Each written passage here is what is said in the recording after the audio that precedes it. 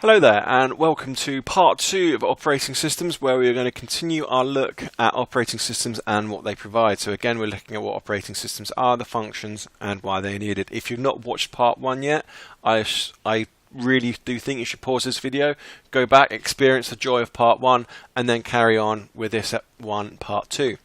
So now we're going to look at multitasking, and that allows the user to have more than one program open at a time.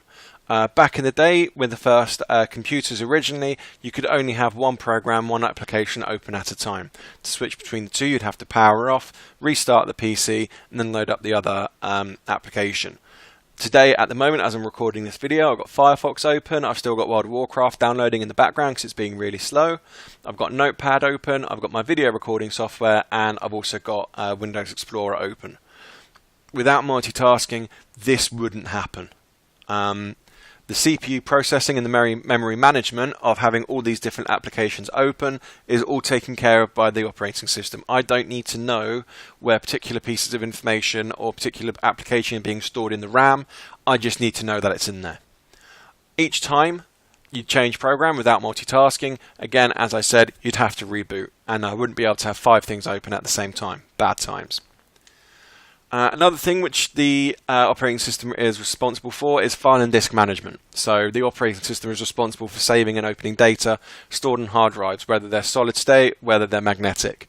It hides the complexity of where data is written to and stored on. The user doesn't need to know which particular sector, which part of a solid state drive, what part of an optical disk, where data gets stored. All the user is concerned about is that it's saved in their My Documents. The operating system does everything, the organization, the maintenance behind the scenes without the user seeing. This means that the user can get on with understanding that they might have put their work into My Documents, schoolwork, computer science. That's what they're concerned about. That's where they want their information to go. On a hard disk drive, that location doesn't exist. The operating system creates the illusion of folders for information to be stored into.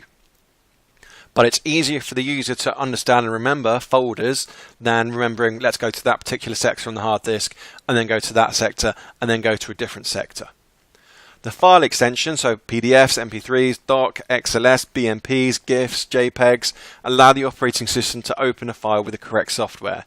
If you try to open a JPEG image and just double click and load it up, then it will load it up in Image Viewer or in Photoshop. Without that JPEG, the operating system won't know what to open it up with, so it'll come up with a little box and say, what should I open it with? Without that file extension there, the operating system doesn't know what to do with the file. Last thing we're looking at is security. The operating system can either be single user or multi-person user. A single user is a normal installation of Windows and allows one person to be logged on to a device at once, whereas a multi-user allows multiple people to be connected at the same time. When you go to a cache point and you put your card in, put your PIN code in, you are logging on to a multi-user operating system, because there's going to be more than just you connecting to the cache point, connecting to the database where all the information is stored for the cache point. There's going to be multiple people on there at the same time.